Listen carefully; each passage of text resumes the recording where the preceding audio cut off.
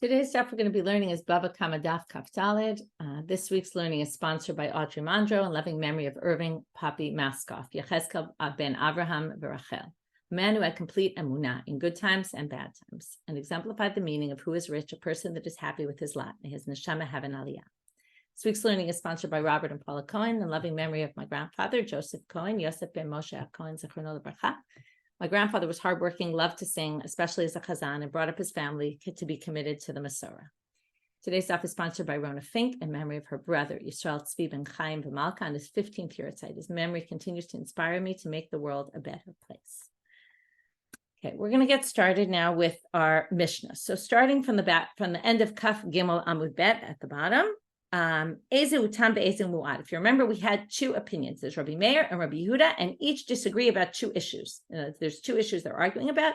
One is, how does a shor tam become a shor tam? So Rabbi Yehuda says it has to be that the shor gored someone on 3 different days. Can't be that it was all in one day, because that was just the animal having a bad day. Okay, something like that. Rabbi Meir says, what are you talking about? 3 days, and we'll see in a minute what his proof is. If it happens 3 times in one day, all the more so is this a crazy animal, and of course you're forewarned. Then second machloket is, how does it revert back to being a shor tam? And the first answer was, Rabbi Yehuda says, once it doesn't gore 3 different days, and it would have to be, we said that kind of the animal was in a similar situation and didn't gore, because otherwise just randomly not goring doesn't really mean anything. And according to Rabbi Meir, it would have to be the children who were playing and kind of inciting the animal, and yet the animal didn't gore. Well, that already shows that clearly this animal is tamed at this point. So yes, I agree with you, Art, that who is going to risk their children? And you'll see even later, it almost seems like the Gemara thinks that there's a possibility that they send children to check out. And that's a very strange thought, because obviously if this animal is dangerous, what were they doing? My guess is that it was more, if we see the following thing happening and we see the animal not responding, then we'll know, but not that we should really be sending children out to do this and check out whether the shor is shor tam or not. Okay, now, my time of Rabbi Yehuda. So the Gemara starts off, what's his reason? And we have Abai and Rava who each disagree with how to read these psukim, right? So we had, if, right, the shor is a shor from a few days, right? That's what the Torah says, and then they darshan. Amar Abai, let's just start from here again. Tmol chad, mitmol trey, because it says mitmol and not just tmol. So, right, from the day before, right? It's like the day before yesterday. But because it says from, that means one additional day, and the day before yesterday, and yesterday, so that's already 3 days. And then it says in the pasuk, v'leish merenu ba'alav, and if then the owner doesn't watch, then you're going to be liable for full damages, right? Atan l'negicha revi'it. So the v'leish merenu ba'alav is already the 4th time. Rava amal tmol mitmol chad. We don't darshan this from the day before yesterday. No, it's the day before yesterday. So basically that's 2 days. There's tmol is 1, shilshom is 2, below yishmerenu, and if you don't watch it now, chayav. So there's 2 ways to read this. Again, Rashi says, nigicha shlishit chayav alei nezek shalem. Already the 3rd time you pay full damages, meaning if you don't watch it now after the 2, then you're liable for full damages. But Tosefta says no way, no how. First of all, there's a machloket Rebbe and Rashbag in general. How do we establish chazaka? Is it twice or 3 times? And there's all sorts of sugyas for where this is relevant, what a chazaka is, and when we establish that something is a pattern, basically.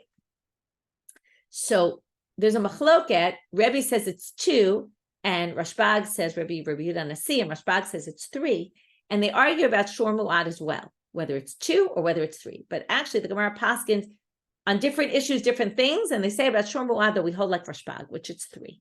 And that's why it seems hard to understand Rava as saying it's 2, right? 2, and then the 3rd time is already shor muad, even though that is Rashi's interpretation here. Tosefta claims that Rashi changes his mind somewhere else about this and doesn't hold this way.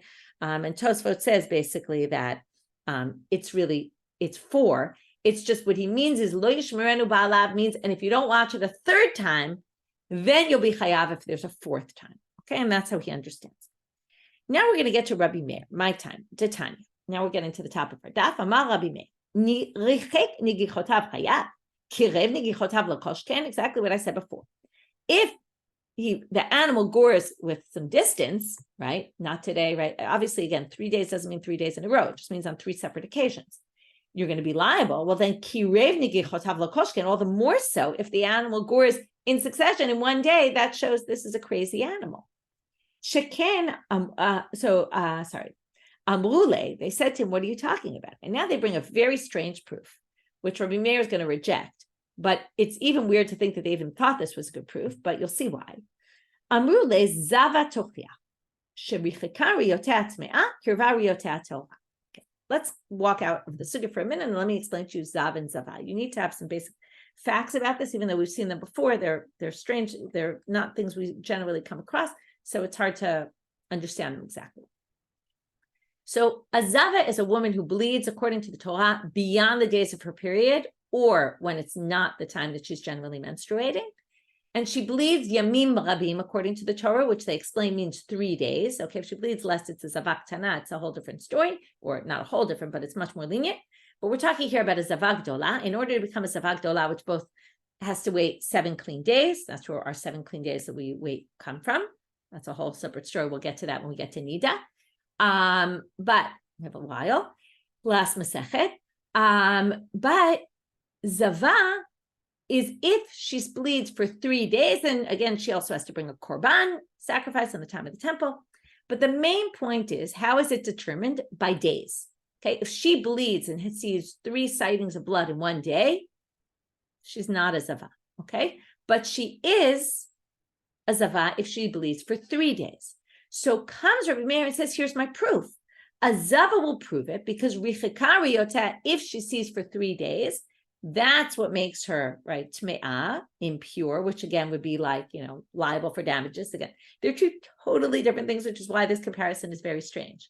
But the concept is 3 times, and 3 times has to be in 3 different days. It could actually be 1 time in 3 different days, which is also why it's a little different, meaning 1 long flow of blood. But if kirvari yota, if she saw 3 times on one day, Torah, it actually isn't worse. Okay, the fact that she bleeds 3 times in one day doesn't make her definitely tme'ah, because here she bled 3 times, right? So there you see, 3 times in one day isn't necessarily worse. Okay, now before I move on, now we have to learn about a zav. A zav, something they call gonorrhea. It's where the man has an emission, not blood. Okay, like the woman, this is a clear emission, and it's 3. Okay, now for the man, the main law is actually 3 times in one day. Okay, 3 re'iyot, which could be in one day, could be in successive days.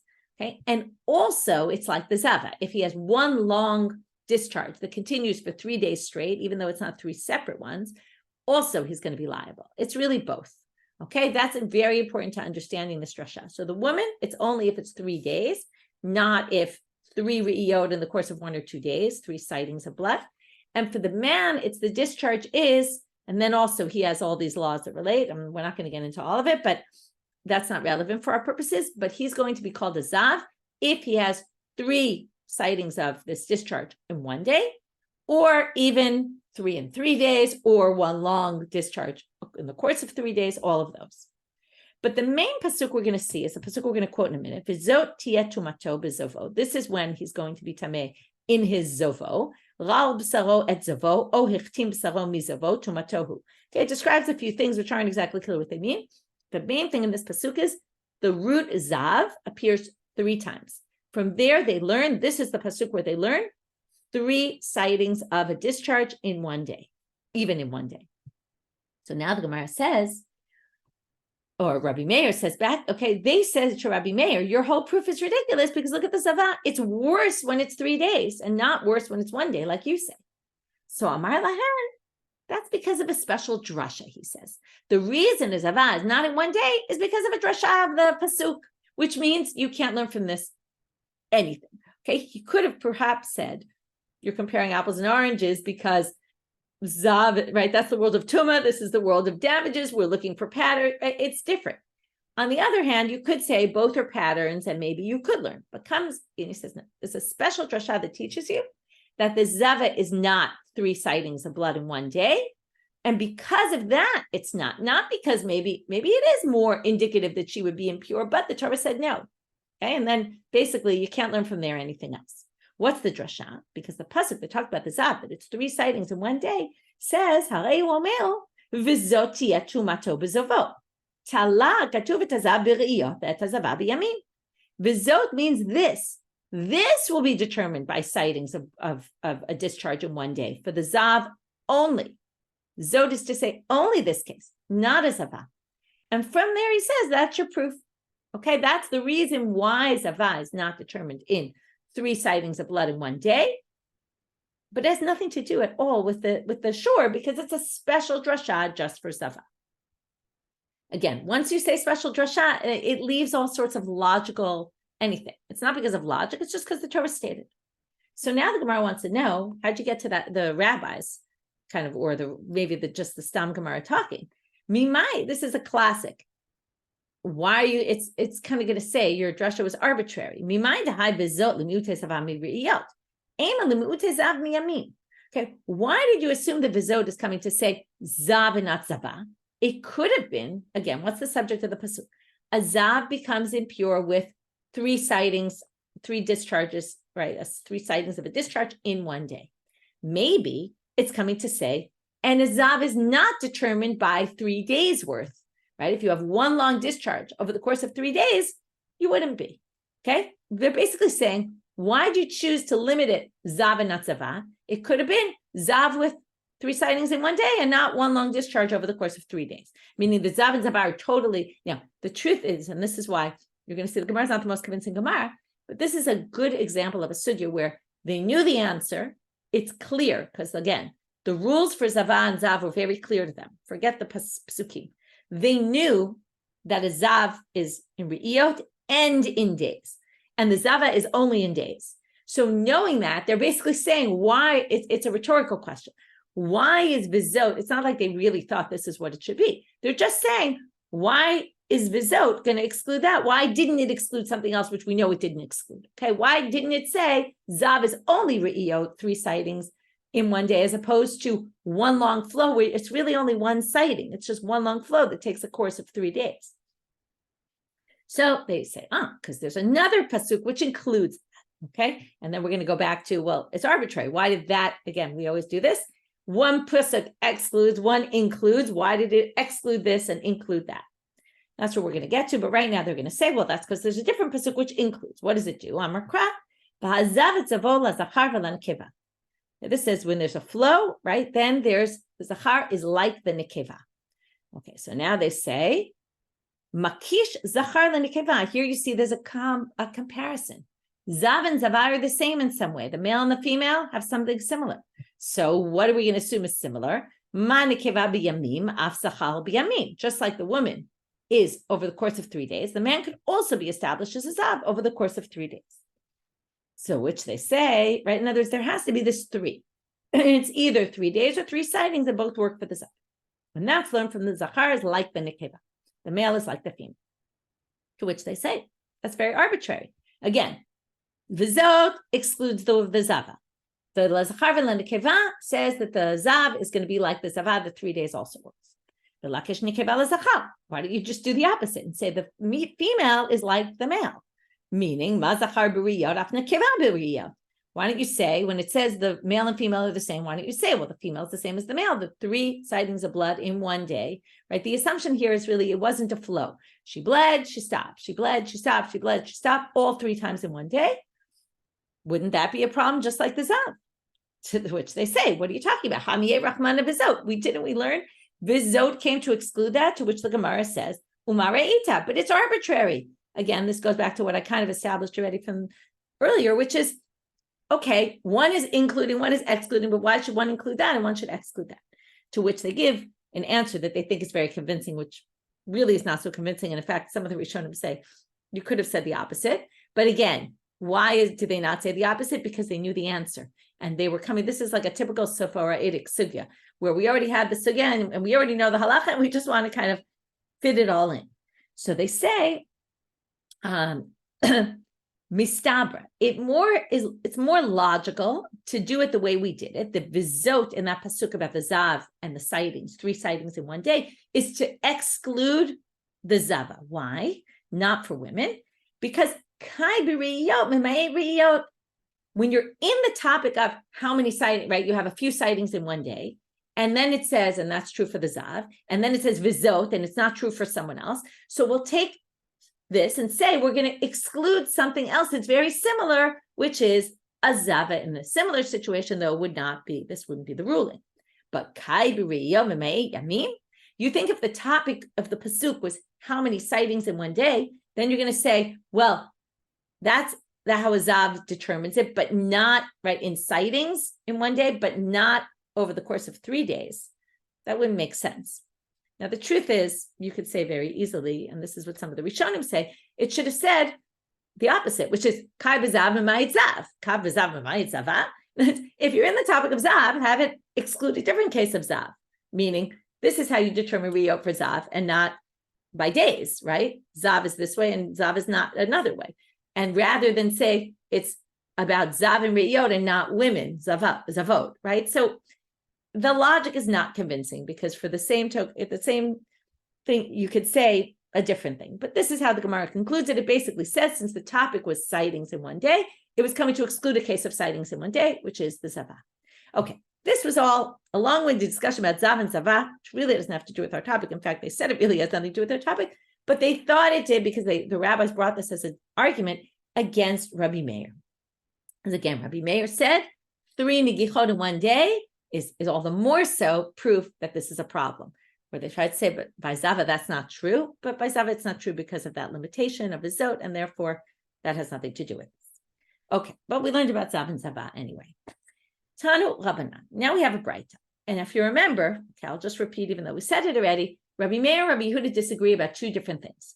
One is, how does the shor become a shor muad? Number 2, how does the shor become back to being a shor tam? At a certain point, we can say, oh, you know what? This animal calmed down. They're no longer crazy. We can now obligate the owner's not as obligated anymore to watch the animal than they were before. And therefore, if the animal does gore, we'll only make the owner half damages. So each had an opinion about each. So now we're going to see a crisscross. We're going to have Rabbi Yosi, who holds like Rabbi Meir on one issue and Rabbi Yehuda on the other, and Rabbi Shimon, who holds the flip. Okay, so they're going to each hold like one of them, but each flip position. So let's read it. Ezehu muad. That was Rabbi Yehuda. Vitam, how does it revert back to being a short time? Now we're going to go with Rabbi Meir. The children play with it and entice it or incite it, and it doesn't gore. Divrei Rabbi Yosi. That's all Rabbi Yosi. Rabbi Shimon Omer. Now he's going to go with Rabbi Meir on the first and Rabbi Yehuda on the second. Muad koshi idubo shalosh pa'amim. As long as they warned you 3 times, okay, that the animal gored 3 times. Below amru shlosha yamim, and they could even be on 3 days. And when did they say days? La chazara bilvad. Only when it comes to undoing a shor muad, do you need 3 days to pass. You can't have 3 instances on one day the animal didn't gore, and then you say, oh, this crazy animal all of a sudden isn't crazy. No, you'd have to see 3 different days where the animal didn't respond to a similar kind of situation, and then we would say it goes back to being a short time. So that's Rabbi Yehuda.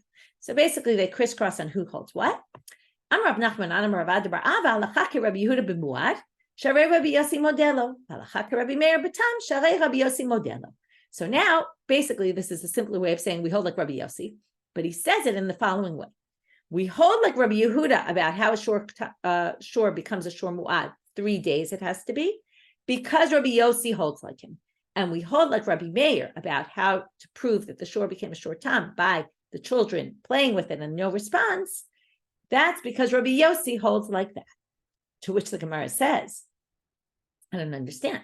Rava says to Rav Nachman, I don't understand your psak. You said we paskin like Rabbi Meir on the Tam issue, we paskin like Rabbi Yehuda on the Muad issue because Rabbi Yehuda agrees with him. But I'm sorry, because Rabbi Yosi holds like that. But why wouldn't you just say, like on that same note, you could say, it's like saying, instead of holding all like Rabbi Meir or all like Rabbi Yehuda, let's do 1 and 1, because that's what Rabbi Yosi said. So they say, you could say the same thing, the reverse. You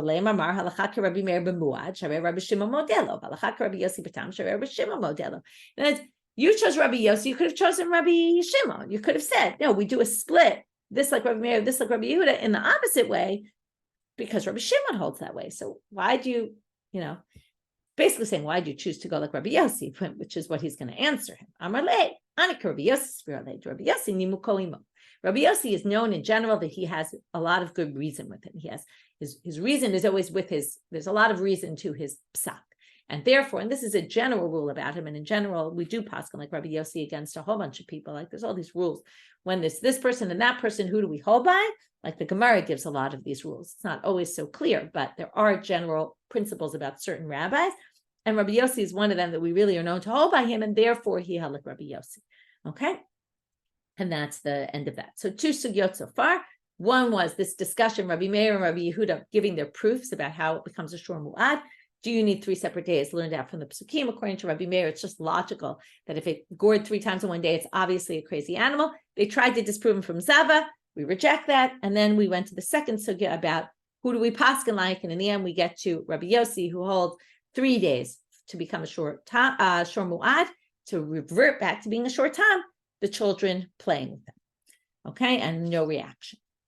Now they ask a really interesting question. And this is really a conceptual question.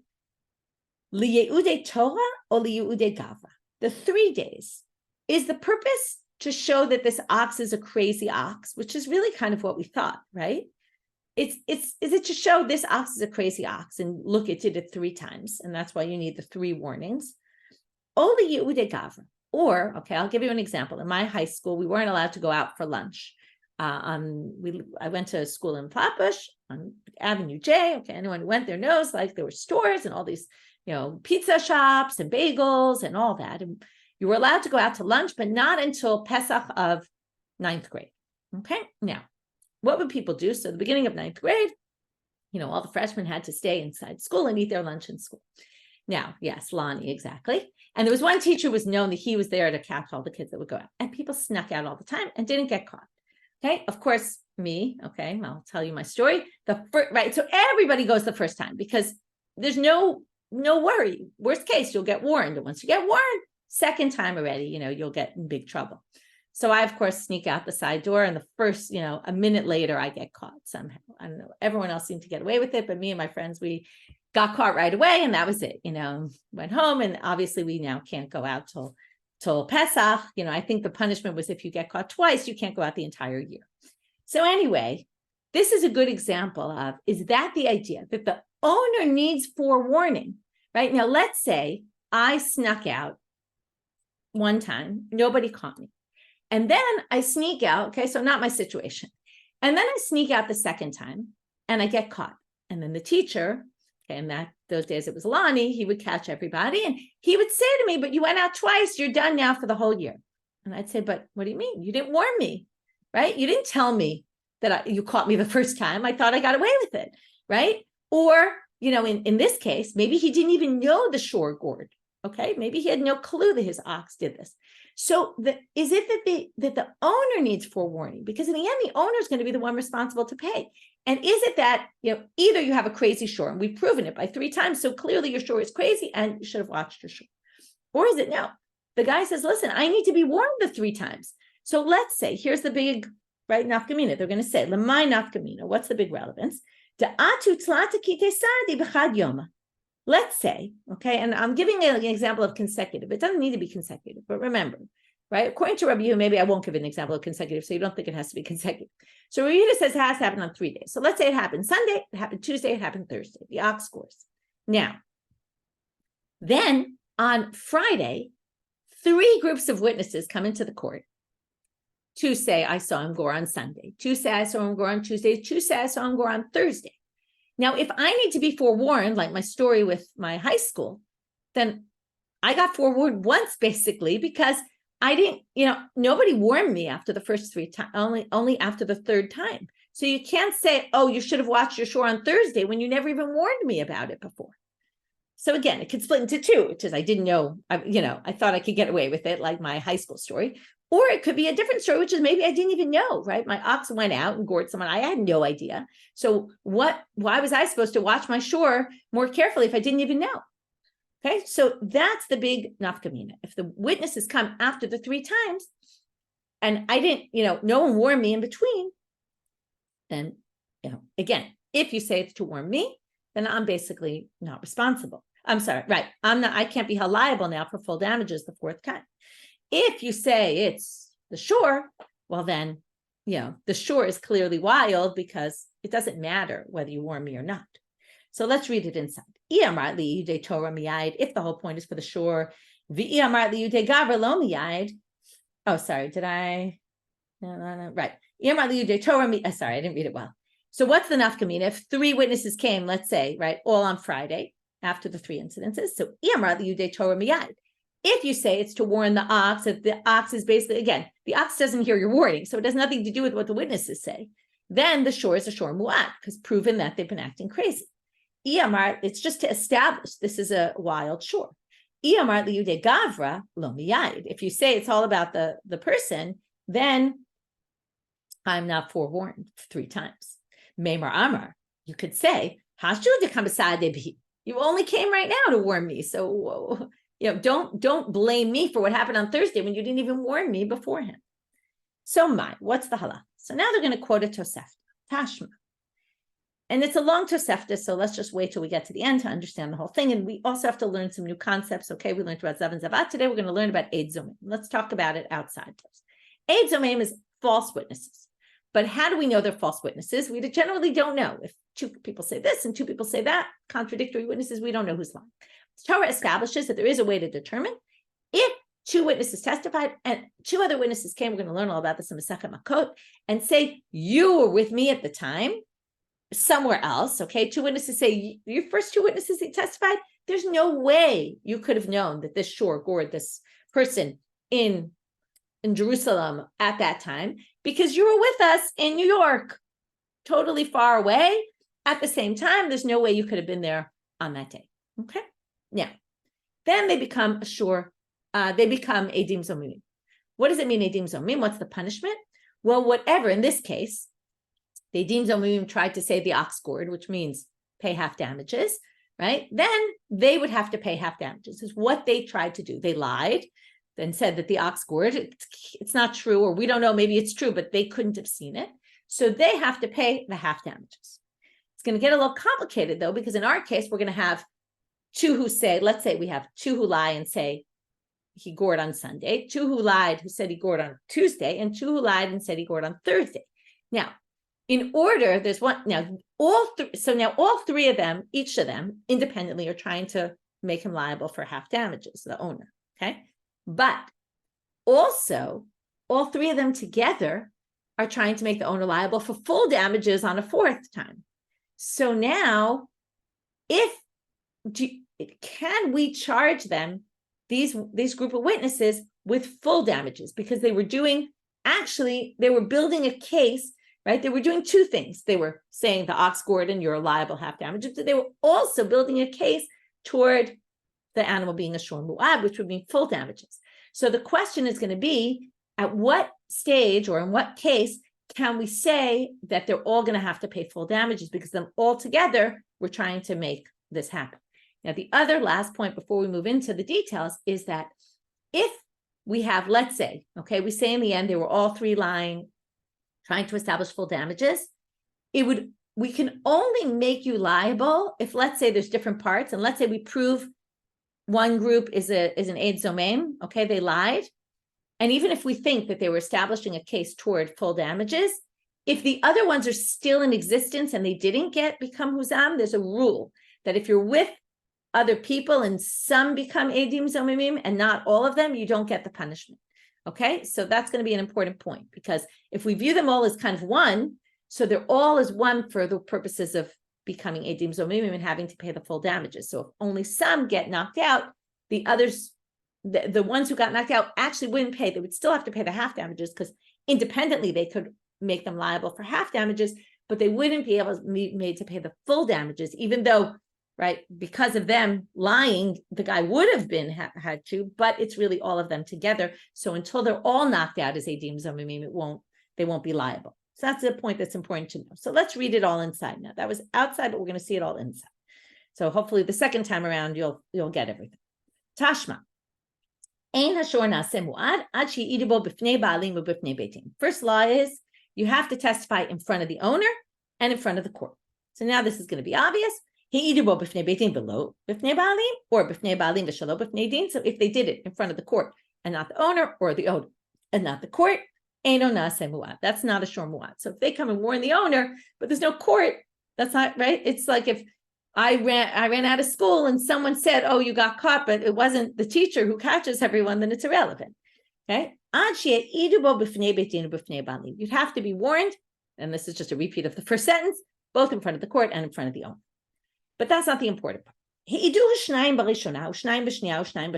Okay, so now we have 2 testify about Sunday, 2 testify about Tuesday, 2 testify about Thursday. Now, the assumption here is that we must be talking about that they all come, let's say, on Friday, okay, whatever day, maybe the day of the court, the next Monday, whatever it is, sometime they come at the same day.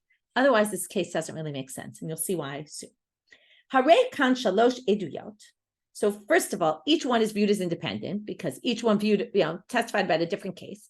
And therefore, each one becomes an eid zomeim. Each one has to pay what they tried to do, which is half damages, right? Now, because that's what each one did independently. But they're also edu chalazama. But when it comes to full damages, they're considered like one group of witnesses. And that's what I said, that until you knock out all of them and they all become edim zomimim, no one actually has to pay. Because imagine if the first group lied, and then, so if they, right, if group 2 and 3 didn't exist, right, or they came without group 1 can't do anything on their own. So if they're the only ones who are proven as lying, well, then they couldn't have been made the owner liable for full damages. So therefore, they won't get the punishment of full damages. They will obviously get the half damages. But in terms of full damages, no one will have to pay unless everyone's knocked out. So now they're going to explain. So this is what I said before. The group who came and said on Sunday, your ox gored the other ox. So harekan shei eduyot, you're still left with 2 other testimonies of Tuesday and Thursday because they weren't knocked out. V'hu patur v'hem pturim. So the owner is patur from full damages because there's no established case that it was a shor muad because you only have 2. And hem pturim, and the first group is not going to have to pay full damages because they wouldn't have been successful on their own to make them liable for full damages. Same thing with the next case. Let's say the first and the second group, the one who said Sunday, the one who said Tuesday also became zomimim. Harei kane du techad. So you're left with 1, which is the guy who said Thursday, right? The 2 who said Thursday. V'hu patur v'hem pturim. Again, the owner won't have to pay full damages. And also the edim zomimim, those 2 groups will not have to pay full damages because 2 groups alone are not enough to make them liable. But if all 3 groups become taken as liars, then what do we assume happened? We assume, and this is why they assume they all came in one day. We assume the owner of the guy whose ox gored a 4th time, right? Let's say Ruth, okay, who's got this ox who gored 4 times, or at least, right? What happened was so Ruth, okay, let's go through it like this. Ruth's ox, we don't know what happened, right? We have testimony now that Ruth's ox gored Naomi's ox 4 times, okay? And the first 3 groups are now edim zomimim. So what do we assume? We assume that Naomi, whose ox got gored, wanted to get paid full damages for her ox. So what did she do? She hired 3 sets of witnesses. They all come to court on the same day. That's what we assume, this all happens on the same day. Otherwise, if Sunday the ox gored and Monday, 2 witnesses come to court and say, and then Tuesday the ox gored and 2 witnesses come to court and say, you can't possibly say, and this is what the Gemara is going to say soon, that the first group, right, and let's say, right, Tuesday and then Wednesday they come, and then Thursday and then Friday they come, and then we're going to say you're all one group, that if you're all found out as liars, we assume you were all trying to make full damages. But they could say, what are you talking about? I did it when, on Sunday, and I came on Monday, and those witnesses didn't come to Wednesday, and those witnesses didn't come to Friday. How can you possibly connect us? Because theoretically, right, group 1 could be coming with 2 goals in mind, half damages and starting to establish a case for full damages, or they could just say, what are you talking about? I was just trying to make you pay full damage, half damages. I had nothing to do with the ones who came after me. Okay, so that's why they assume if we're going to view them as one group, they must have all come on the same day. Once we prove they all came on the same day, then obviously it's the Torah and not the owner, because the owner's only finding out about this at the end, or only being warned about it at the end. So that's where we're going to go with this. So the Tosefta continues, right? So nimtzei kach l'shit zomeme kulam chayavim. They all have to pay full damages. And that's when the Torah says, you get what you tried to do. Again, In the end, there were no gorings, right? There was only the fourth goring, which those guys were trying to establish. Oh, Ruth's shor was a shor muad, but they were totally lying. There hadn't been a goring on Monday. There hadn't been a goring on Sunday. There hadn't been one on Tuesday. There hadn't been one on Thursday. It was all just lies. And they were all clearly as trying to establish this case of shor muad. Okay, now, so therefore, they're all liable to pay full damages. Now, Torah shakir. So again, if you're saying it was all to warn the ox, to prove that the ox was a wild, crazy ox, then it makes sense because they all came on one day and they were just trying to establish there's a crazy ox.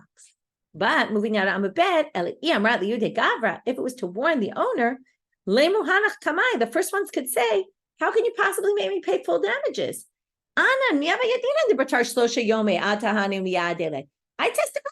I didn't know that on Wednesday, the guys were going to come about Tuesday. I mean, they could have come on Tuesday also. I'm just giving random days. And on Friday, they were going to testify about Thursday. Like, I had no idea of that. Don't connect me with those guys. That happened after I testified. So Amaravashi, Amarita Lishmate Kamei Rav Kamma. So basically, this is his proof. And this is the Gemara proofs. From here, you can see it's Liude Gav. I'm sorry, Liude Torah. It was all about the shor, not connected to my high school story, right? It's not about warning the owner. So Rav Ashi says, when I told this to Rav Kahana, he said to me, he says, I have a question with this though, because your theory doesn't even work if you're saying liude, there's a problem even if you say liude Torah. Amar le, and Rav Kahana said to me, liude Torah mimicha, does this work if you're going to say it's all to establish the ox was crazy? Still, the first group could say, v'lem ruhanach batrai, or even the last group could say, Ana minayadina dekol dekai beidina lasu de b'Torah ka'ate. I didn't know about the first two groups that they were talking about the same shor. I came on my own as one group just to say, I saw this ox gore one time. Why are you connecting me with these other two groups? What did I have to do with them? So basically saying this whole Tosefta doesn't make sense according to either interpretation, because each witness could say, like, you can't make me pay money unless it's clearly proven that I had intent to, right, that I was trying to make you liable full damages. Each group of witnesses could say we came independently of the other. So, this has nothing, even if they came on the same day. So he says, no, we're going to have three possible explanations as to what scenario could we actually obligate all three. Again, it would have to be on the same day, which proves it's liude shor. It's to basically show that the shor has a track record for this, not about warning the owner. And it would have to be, first answer is, it's a case where that they all came into court, and when they were in court, we saw them making eyes with each other, right? Like I was playing code names yesterday, and if you look at people's facial expressions, you could tell when you're on the same team, whether they think what you're guessing is right or not. So it's just by looking at their facial expressions, it was clear that they were connected with each other. Rav Ashi Amar Kashabau Ritzufim. Rav Ashi says when they come one right after the other, and it's also too coincidental that they're all here right now talking about the same ox, and it just seems odd. Ravina Amar b'mikirin ba'al ashor ve'emikirin et ashor. This is a bit of a weird one. Ravina says if they know the owner, and they're clearly just out to get him because they can't even identify which shor it is, which the Gemara says they can't identify which shor. What's the whole idea of a shor muad? It has to be about this shor. It's not like you have wild shors in your flock. So if they don't know who the shor is, how can they possibly turn the shor into a shor muad? So they say, the Amrei Torah nagchani itle b'bkarcha.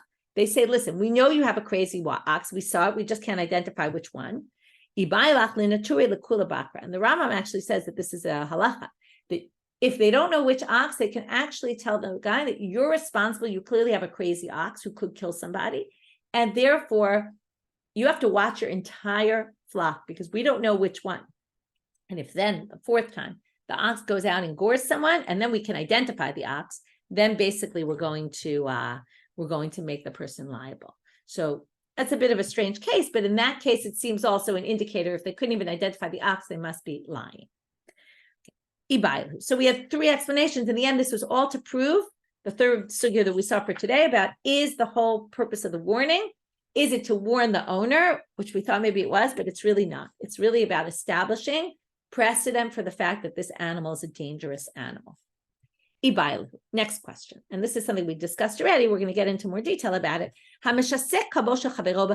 let's go back to Naomi, Ruth, and Yael. Yael's always the third party. So we have Ruth with the crazy animal. We have Naomi, who is going to be injured. And we have Yael, who incites Ruth's dog to bite Naomi, okay, or cause damage in Naomi's field in some way. So in a way that's keren damages. So let's just say maybe to bite, okay? So that means Yael, someone else entices Ruth's dog, someone else's dog, to bite somebody else. So Yael is definitely exempt. Why? This is called grama. It's indirect damage. She didn't cause the damage. Now you might say she seems responsible, but she didn't cause the damage directly. That's indirect damages. You're not liable. Baal, right? It's different than shor. Shor, there was an action done. Here, you don't call it an action when she tried to entice the dog. She didn't do an action, the damage. In shor, right, the action caused, it's also indirect, but a different type of indirect because the action done by the animal actually caused the damage. But here, the question is, when Ruth's dog bit Naomi, now it's true, Yael enticed her, but maybe Ruth is responsible. Ruth say, what did I do, right? And it was really Yael's fault. Well, you should have known that your dog could get incited by someone. So if Yael incited your dog, well, Ruth, don't you know that if your dog could be incited, and if you know your dog can be incited and you didn't, shouldn't you have done something to, you have a dog who's able to be incited. So basically you should have watched your dog. So the question is, which side do we choose? Amar Rabbi Zera, we're going to try to prove it in two ways, but not be successful. Amar Rabbi Zera Tashma, let's learn from here. Vitam, our Mishna, what does it say? How do you become a shor tam again? Shiur tinokot memash b'shimbo ve'eno nogach. Now, what does this say? It says, if the tinokot are enticed, again, here would be inciting, doing something to the dog to get the dog going, and eno nogach, and the dog doesn't, here it's the shor, the ox doesn't respond. Well, it seems to imply that hanogach, if it did, you'd be liable. It doesn't really seem to do this, but this is what Rabbi Zera suggests. He says, right, if it doesn't, then it goes to being a shor tam. But if it does, then obviously you're going to be liable for damages. So what do you see here? Even though the children incited the dog, the fact that the dog bit, you'd be liable. So Amar Abai, what are you talking about? Mikatani nagach chayav. It doesn't say that. And it's not even implied. Dilma hanagach lo havetam. Right? If it gores, it just doesn't revert back to being a shor tam. But you wouldn't necessarily be obligated for that kind of goring. Why? Because it was the children's fault for inciting. Again, we can't blame the children; they don't get punished. But I can't, right? Ruth can't get punished because someone incited her ox to gore these kids, right? Because the kids incited the ox. It's not her fault. So the Mishna just doesn't address it. In other words, it's a weird inference you tried to make, Rabbi Zeva. The Mishna wasn't talking about, are you exempt or liable? The Mishna was talking about, do you revert back to being a shor tam, or do you stay a shor muad? That's not the topic that we're trying to get an answer for. Well, second attempt, Tashma, the source we saw already in Sanhedrin. Shisabo et hakelev, shisabo nachash patu. Okay, if you entice a dog, you entice a snake or incite, you're exempt. So, my lab patur mishaseh. Now, we assumed, what does this mean? We already saw this.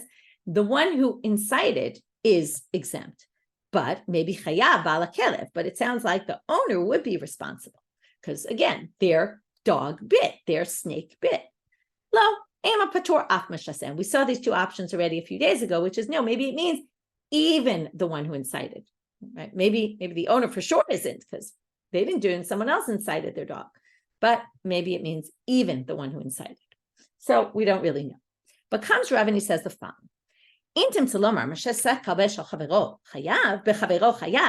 If you're going to say, though, let's assume the answer to the question we just asked, which we don't know the answer, is Ruth is liable in that case. However, she saw huba patur. But if Naomi incited the dog and the dog bit Naomi, then for sure we're going to say Ruth is not liable at all because it was Naomi's fault. In other words, when Yael did it, she's some third party. But if Naomi incited the dog herself and then the dog bit her, she can't try to claim damages for that. My time, I know, why is that? Kola mishaneh, again, review of something we saw. Uba achir v'shinabo patur. Naomi did strange behavior. She did something odd, which was to cause the animal to bite her. And then the animal bit her. At that point, we don't say the animal is right, the owner is responsible. So Amalei Rav Papa Rava, Itmar Mishmei Rish Lakish Kavatech. He says, oh, I have proof for what you're saying. Your theory is exactly what Rish Lakish said. Remember this? To Amar Rish Lakish, they parot b'reshut rabim, 2 cows in the public domain. Echad revutza ve'echad ma'alechet. One is crouched and one is walking. Remember, crouching in the middle of the street is strange. Walking is normal. Ba'atama halechet b'revutza. The one who was walking kicked the one who was crouching because the one who was crouching did something odd. Then p'tura, the owner of that animal is not responsible, because remember, when animals see something strange, it scares them, right? And it causes them to act. So some strange thing actually exempts the owner. So same thing about Naomi inciting the dog to bite her. But revutza b'ma'alechet would be chayevet. If the one who was crouched kicked the one who was walking, who was doing something totally normal, then obviously the owner would be responsible. To which Rava says, no, you're comparing those cases and you think I hold like Rish Lakish and that proves my point, but I actually don't agree with Rish Lakish. In that case, I would actually make the owner responsible. Why? He has a very interesting response to Amrala. The fact that my animal was crouched might give your animal permission to walk over me or walk over my animal, kind of step on it. But to kick it, that's already a whole different story. In other words, we don't expect just because, right, the theory we said before, he says, I don't agree with it. Just because something's a little different doesn't mean we're going to expect the animal to respond. But if someone actually incites the dog to bite her, of course, then we expect the dog to bite, in which case the owner's not responsible. It's Naomi's fault for doing that. So there's a difference between inciting and just doing something strange out of the range of normal. That's something different. We don't expect, and again, out of the range of normal might create certain behavior, but not like a violent, unexpected behavior. Okay, shor, new Mishna. Shor mazik b'reshut hanizak ketzad. So now we're up to the next part of that Mishna. We actually skip a section, but there was shor muad, but now we're moving into a shor mazik b'reshut hanizak, classic keren. Okay, keren, but remember, keren and reshut rabim in public domain is responsible. What about in a private domain?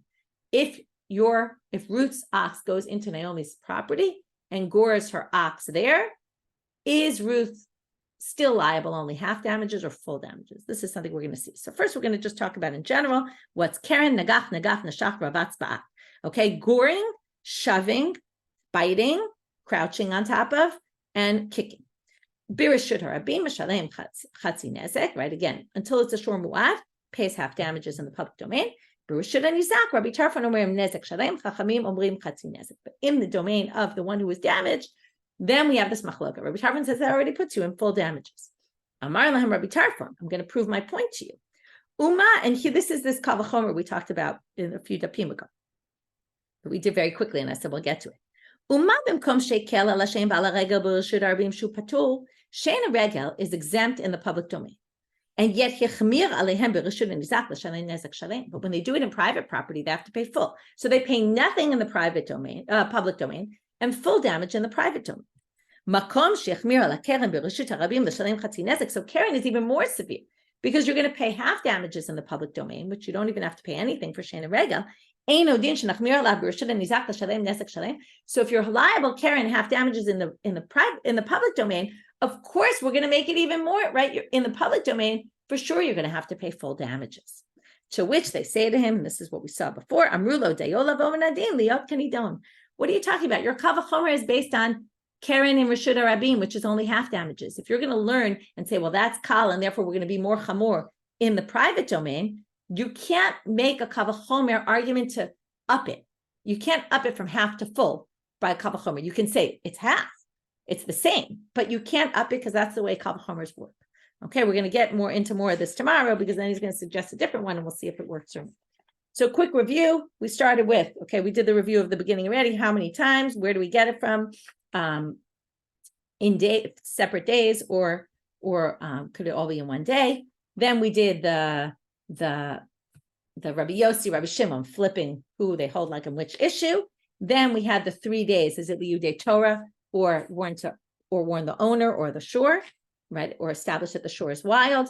Then we got to what if someone incites the dog? Is the owner still responsible or not? Under which circumstances? And then we ended with the shor and this big machloka, Rabbi Tarfon and the rabbis, which we'll deal with more tomorrow, about keren damages in the property of the one who's damaged. Does that up it, even if the shor is just a short time, to full damages?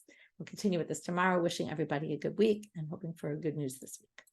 Or better news, not that we can hope for perfectly good news, but let's hope for an improved situation.